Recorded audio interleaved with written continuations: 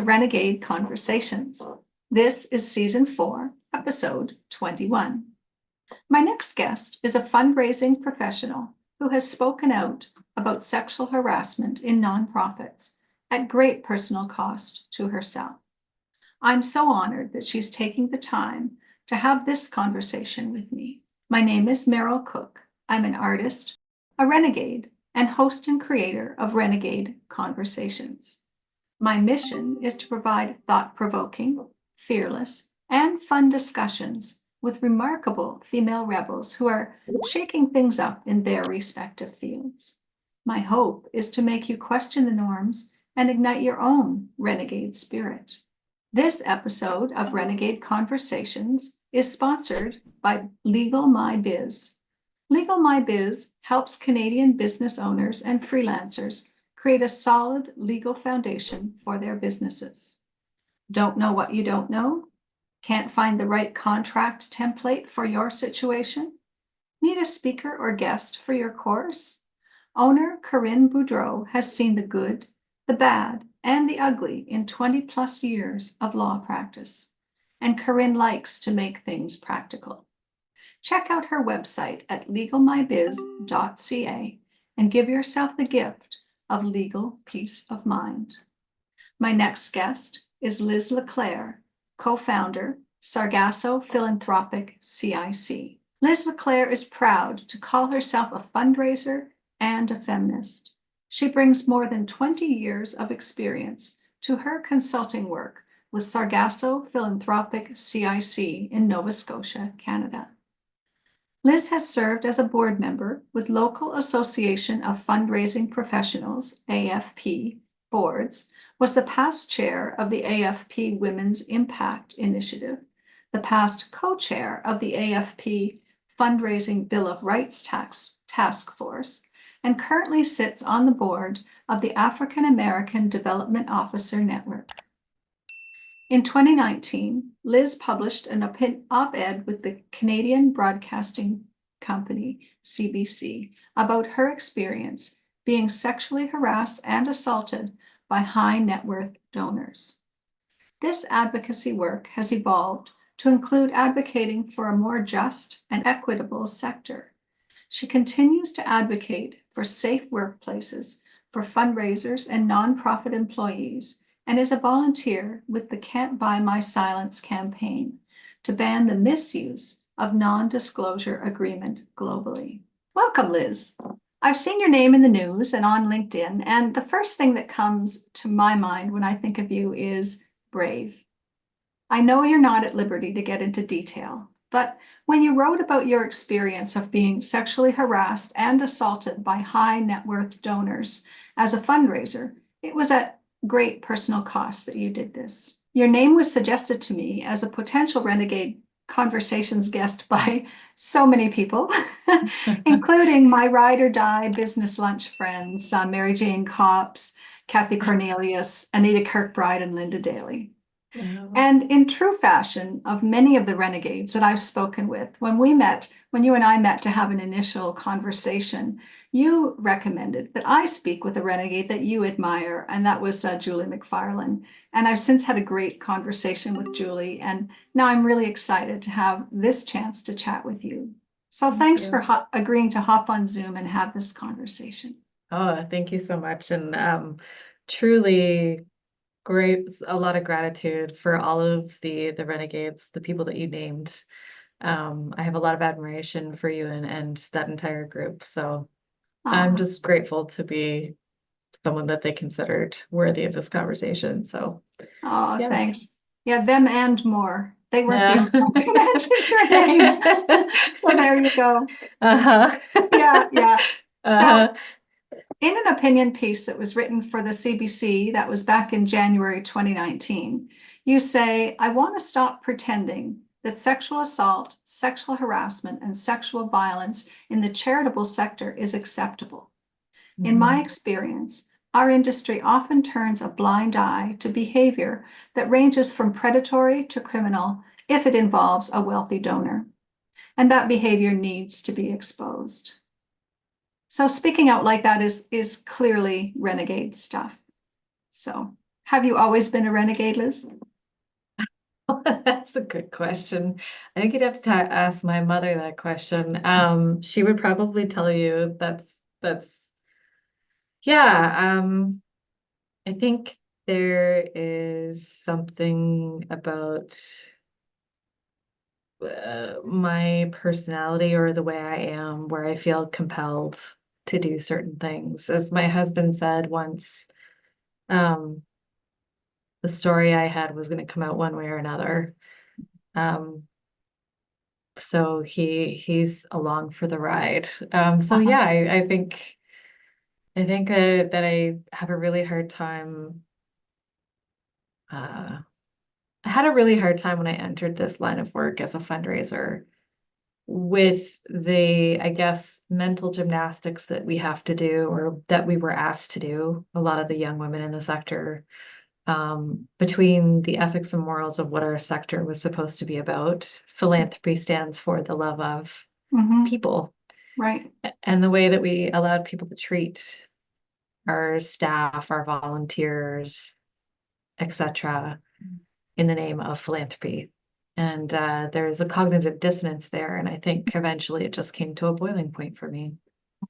Mhm. Um, that was, as you know, 2019, very much in the really high heydays of the Me Too movement. And I was seeing a lot happening and not no one in our sector really speaking out about it. So yeah, So it you was a took big. the bull by the horns and started to speak out. Yeah. Well, my mom, I remember when I was younger, and I used to get really upset about people being bullied in school, or I would get picked on because I was really vocal about certain things. And she said, if people are picking on you, at least they're not picking on somebody else who has less capability to deal Mm. with Ah, that's the an awesome point. Yeah. whether or not it's always it comes with a lot of highs and lows, but yeah, I have no regrets Hmm. about doing what I did. So. Yeah. Mhm. Wonderful. So what impact has being a renegade had on your life and your career? So, for example, what opportunities and maybe what challenges has it presented for you? Oh, yeah. Um, this is another good question. I would say for quite the very beginning, there was a lot of celebration of me speaking out. Hmm. And then the realization that with that came me expecting accountability was when it became the rubber hit the road. Hmm. And things went from very celebratory to a lot more complicated. Hmm. Um, I think we often see people make these public declarations or share personal stories in the media or in whatever way that they do it through a book or something, and we laud them, for their bravery, etc. But it's funny when those individuals actually call organizations and institutions to account that it becomes problematic, Yes. or complicated, or it's not going to be that simple. And um, we've seen a lot of that in the wake of the Me Too movement, the Black Lives Matter movement. Systems are very slow to change. Hmm. Hmm. People are often apt to talk, and it's it's been a career limiting move for me in some ways. Hmm. Hmm. I prefer to think of it as very clarifying. Hmm. Um, I definitely know now where people sit, Yes. and I think in some ways it's been challenging. Halifax is a very small town. Yes, it is. Yeah, I like a small town pretending disguised as a city. Um, but yeah, you know, I get just as many, if not more, people telling me that they appreciate what I did as I do pushback from people who don't want systems to change. Hmm. Hmm. Lovely, lovely. And so, has it presented you with any opportunities? Uh, yeah, I mean, I think I guess I'm loath to say, I mean, I've resisted it for quite a long time. There became a point where I remember I was really struggling and I was talking to some friends and colleagues of mine that I did not want to become the woman who was known for talking about sexual harassment, and that was all. I remember very distinctly saying to my husband and my mom and a few other people trusted confidants at one time that I'm a really, really good fundraiser. And that has almost been eclipsed in some ways by my advocacy work. Mhm. Uh, Um, but at the same time, yeah, no, there have been some people that I know want to work with me because they know what I'm about and what I value. Mhm. And I am grateful for all of that. Mhm. And I'm opportunities to speak with people like you and others. Yeah. So I have a lot of gratitude for that, for Mhm. sure. Yeah. But it hasn't been easy, and it has No. been challenging. And Yeah. prior to this, you were always a renegade. So were there other opportunities that it brought you prior to the speaking out? Yeah. I mean, I'm never have been shy of sharing my opinion. Mhm. And I think also too, I do think it's interesting. I was just writing about this. I actually have been spending quite a bit of time this summer riding the Salt Marsh Trail here in Halifax. This is for anyone that doesn't know about it. It's this beautiful part of the Trans Canada Trail, Yeah. and it connects from just not too far from where I live in Cole Harbour. And I usually stop in Lawrencetown at the beach, Uh-huh. and we've had some of the most spectacular days. And I've been spending a lot of time really thinking about, sometimes we try and ascribe too much purpose to Mhm. what we're doing. Sometimes we Mhm. do things in the moment because they feel right. And I think Yeah. one thing I can say is that I've been fairly good at trusting my gut instincts with what I feel is the right thing to do for me. Mhm. And I think that as long as I'm centering that on in a way with the community I'm in and the people that I trust to Mhm. know where it is helpful and where it's harmful. Mhm. I Mhm. think that's been a important part of my journey. I've Mhm. always done this since I was young. Mhm. Mhm. Like I said, I remember being on the playground and seeing how some children were quite cruel to Mhm. other children who didn't look, talk, or sound like them or behave Right. like them. Yeah. And I remember at a really young age thinking, watching adults allowing it to happen and thinking, Mhm. why Yeah. weren't Yeah. they intervening? Mhm. And I think you and I have talked about this, but I grew up with a brother who has Tourette syndrome. And Mhm. I spent a lot of time in spaces and places with youth who were neurodivergent, Mhm. autistic, Tourette's, other forms of neurodivergency.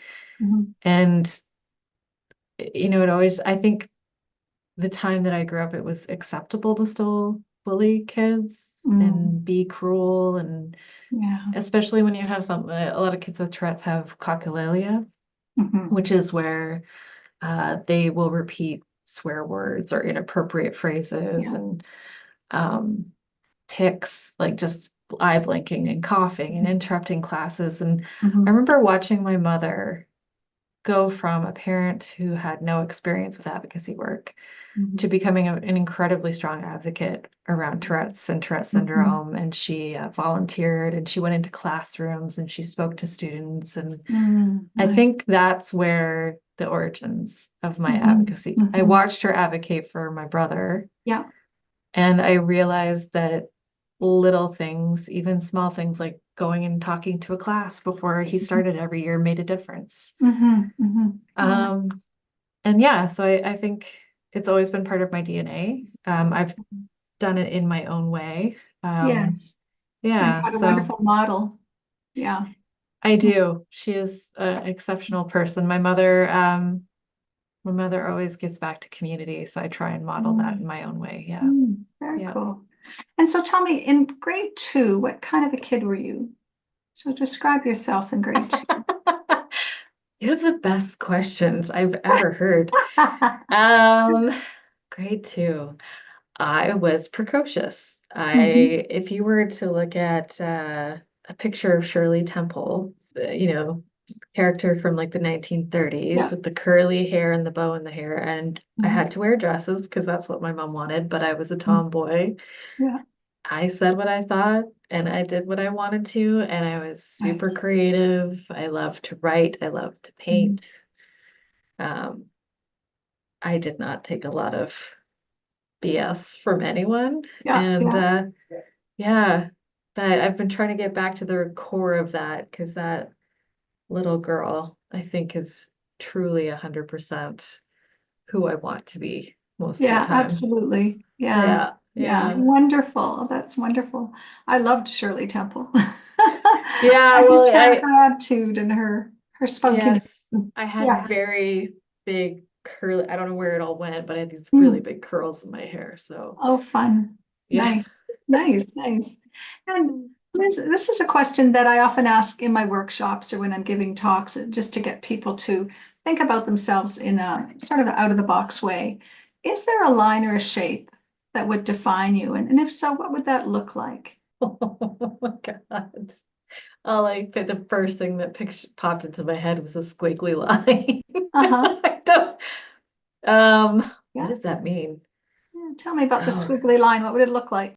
I'm just picturing it all over the place in different colors. I Mhm, think, I was just having this conversation with a group of fundraising consultants today mhm, that I hate the idea of specialization. mhm. I love being a generalist Yeah. and a little like, well, I always say I know just enough to be to be dangerous about just about everything. Yeah. Um, yeah, I know. I think that I like to go where I feel the right move is, and it Mhm. doesn't always necessarily, nothing has been a straight line for me. Um, so yeah, maybe that's why I'm That's thinking of that. Yeah. squiggly lines and going into all different kinds of pies and Yeah. places. And yeah, yeah, cool. Hmm. I totally identify with the never a straight line kind of girl. If you look at any of my work, none of my Mm, has straight lines or almost none of it. And even I when they're know. straight lines, they're not exactly straight. Yeah. Yeah, no, I know. And Yeah. I remember us talking about the art, the sitting Mm. behind you. Mm. Yeah, I think anyone who is gonna go against the grain can't be someone that is too prescribed to something too narrow, I guess, or too refined or too Right. particular.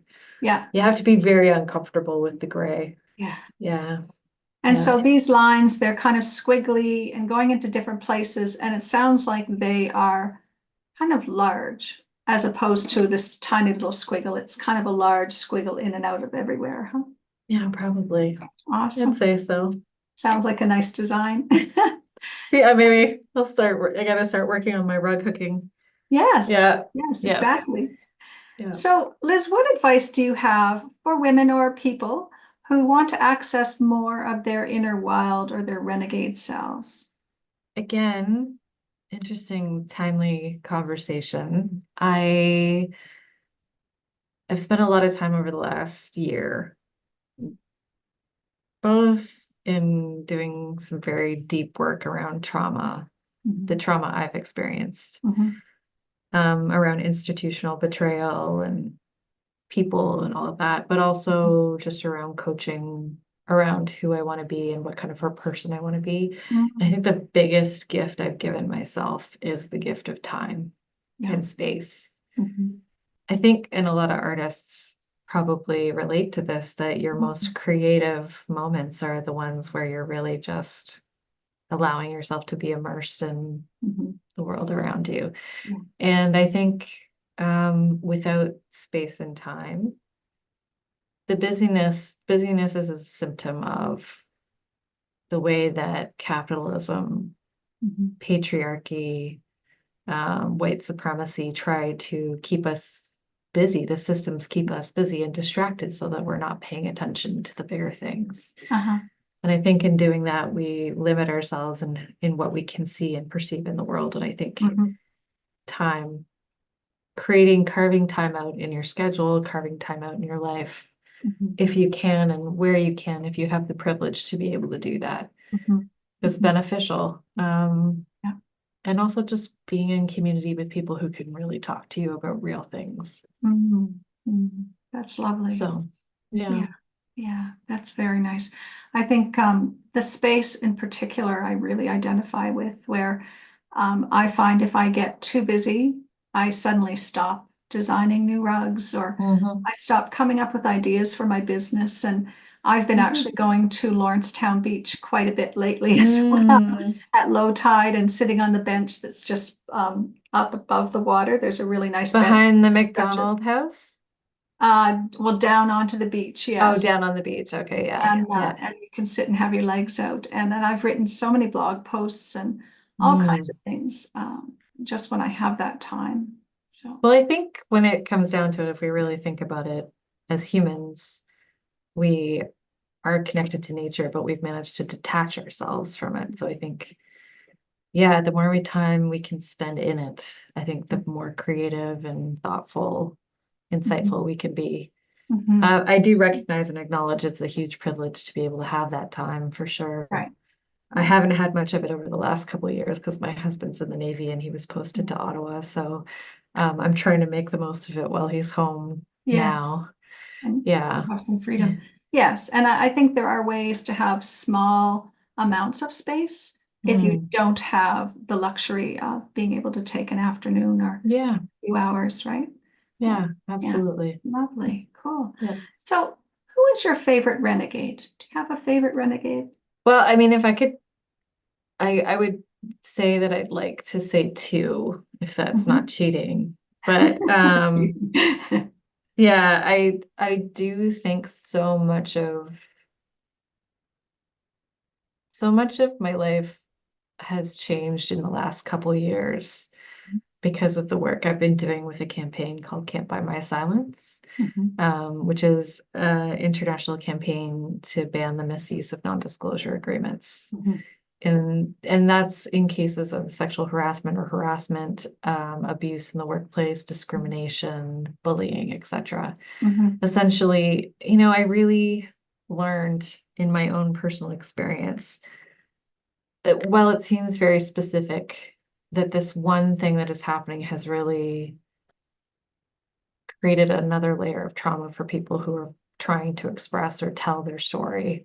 And our stories are so important in our process of healing. mhm, To be able to talk and share and talk through what's happened to you, for victims or survivors is essential. And I think this tool has been used as a way to ensure that people never talk about what happened to them ever again. So to be a part of the campaign has been amazing. And both Dr. Julie McFarlane, who is a law professor based here in Canada, who I talked to you about, and Zelda Perkins. Zelda was the first woman to break her NDA with Harvey Weinstein, which sort of precipitated the Me Too movement of this particular era. Um, they have both been, I've learned a lot from both of them. They're both very different people, different personalities, different yes. perspectives on how the work happens. But they always say not to meet your heroes, but I think, even just to be able to sit down with Zelda and talk and Julie and relate to their experiences and know that we're trying to do something to fix it has been a tremendously healing experience for me. So, Nice, nice. yeah. Yeah. Well, we'll be sure to put links to them and to Can't Buy My Silence in the show notes so that people can read more about it because I think it's very impressive for sure. Thank you. Yeah. Yeah, Me thanks. too. Yeah, yeah, awesome. And Yeah. Liz, do you have a question for me? Oh, wow. Yeah. I know I asked this before, Mhm. but I don't know if it's one question or two. Just what is it about art? Well, what is it about art that earlier? What is it that brought you to the art of doing the rug cooking and the beautiful pieces that are sitting behind you? Mhm. To me, there's such an expression of a part of you, and I don't know if you can capture that in one I'll give question it a or try. okay. So I had been a rug hooker for about 8 years when I was diagnosed with breast cancer in 2015. And at that point, I decided that I really needed to take space and time to heal and to figure out what I wanted to do with the rest of my life. If I was going to be given the gift of healing, then I wanted to Mm, really make great use of the rest of my life. And so I started to write in a journal and hook every day. And I left my practice as a homeopath of 20 years and didn't have any idea what I was going to do. And similar to what you were talking about a little bit before, thinking about, who do I really want to be and getting back to the person that I was always meant to be before life got in the way. That's been my journey since then. So 9 years approximately now. And what happened with all the writing and taking space is I started to get ideas for what did I need for my next step to move forward. And so my art, instead of just being, in the past, my rug hooking was beautiful and it was things I'd seen, things that inspired me, but it has really become about expressing my inner self um, and setting goals for myself as sort of what is my next step in my healing and what do I need now and now what I need, so it was kind of that's why I call them one loop at a time. My two books that I wrote were one loop at a time, and it's really this whole process of self-exploration. And as a woman in midlife, or I guess I'm actually technically beyond midlife now because I'm Mm-hmm. 68 this year, is kind of where do I want my life to go, and what kind of meaning do I want my life to have at this point?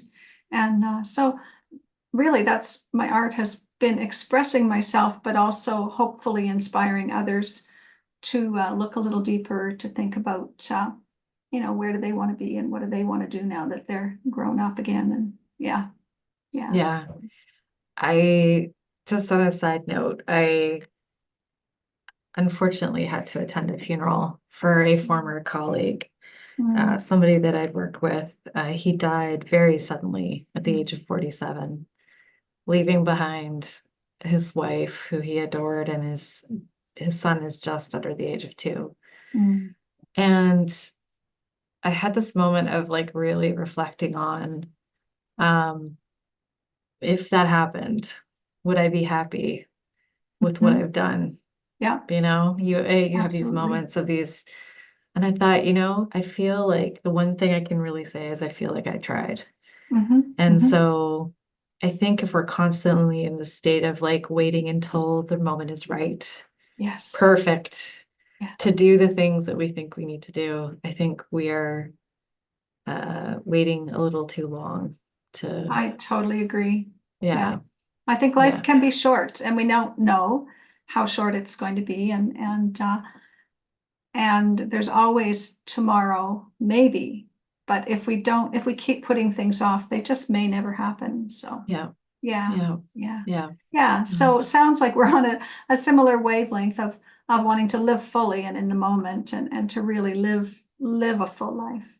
Yeah. Yeah. And well, I think sometimes the other pieces too, and I think this is an interesting, you were talking about my experience. This is an interesting part of the experience for me has been that a lot of people express this desire to go public with Hmm. their story Hmm. and thinking that it will heal you, or that Mm, going through the legal system and pursuing it that way is what will heal you. mm, And I tried to always tell people that um, what works for one person is not going to be everyone's journey. And like you say, living a full life or having a full life or being truly sort of invested in that idea does not mean that your journey will look the same as mine or yours or someone else's.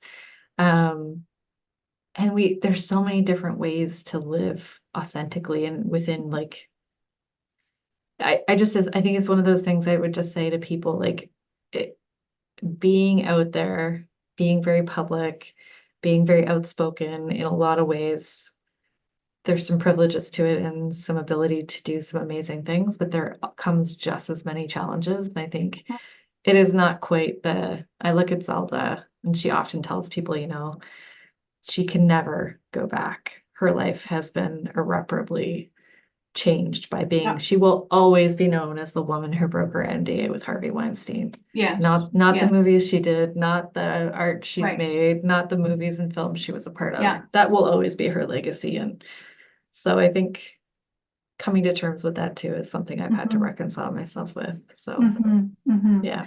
And also that by doing something like that, it's one step in the healing process, but you still have to do the inner work. And I think that's the same whether we're talking about disclosing like you did, or it's about healing from breast cancer, or it's whatever. It's you still have to have the space and the time to do your own inner work. And Yeah, my yeah, mom, again, very wise woman. Um, she always used to say to me, being angry at others, the things out of your control is like taking poison every day and expecting Mhm. the other person to die. Yeah, yeah, And I yeah, have to remind myself of that when I'm in these yeah, moments of being so frustrated because right. I am experiencing this. I don't think the people that I'm thinking about are thinking about it at all. No. So, yeah, So at yeah. some point you have to take care of yourself, and yeah, Mhm. for sure. Wonderful. Well, thank you. This has been a wonderful discussion, and Thank thank you for you. taking the time to have this conversation. It's been an absolute delight for me, and I think it's going to be a great program. So Well, thank you. thank you for the opportunity to talk to you and for reaching out and for all that you do for the community as well. So, My yeah, pleasure. okay. I hope hearing how Liz has been speaking out and advocating against institutional bullying at a great cost to herself has inspired you to embrace more of your renegade self. If you need a little help getting started, please reach out to me. This episode was sponsored by legalmybiz.ca, helping Canadian business owners and freelancers create a solid legal foundation for their businesses. Don't know what you don't know? Can't find the right contract template for your situation? Need a speaker or guest for your course? Legal My Biz owner Corinne Boudreau has seen the good, the bad, and the ugly in 20 plus years of law practice, and Corinne likes to make things practical. Check out her website at legalmybiz.ca and give yourself the gift of legal peace of mind. Be sure to subscribe to Renegade Conversations. It's available on my YouTube channel at Meryl Cook Artist as a video. Or if you prefer to listen to the audio version, subscribe wherever you get your podcasts. Just look for Renegade Conversations. Thanks so much for listening and sharing this episode.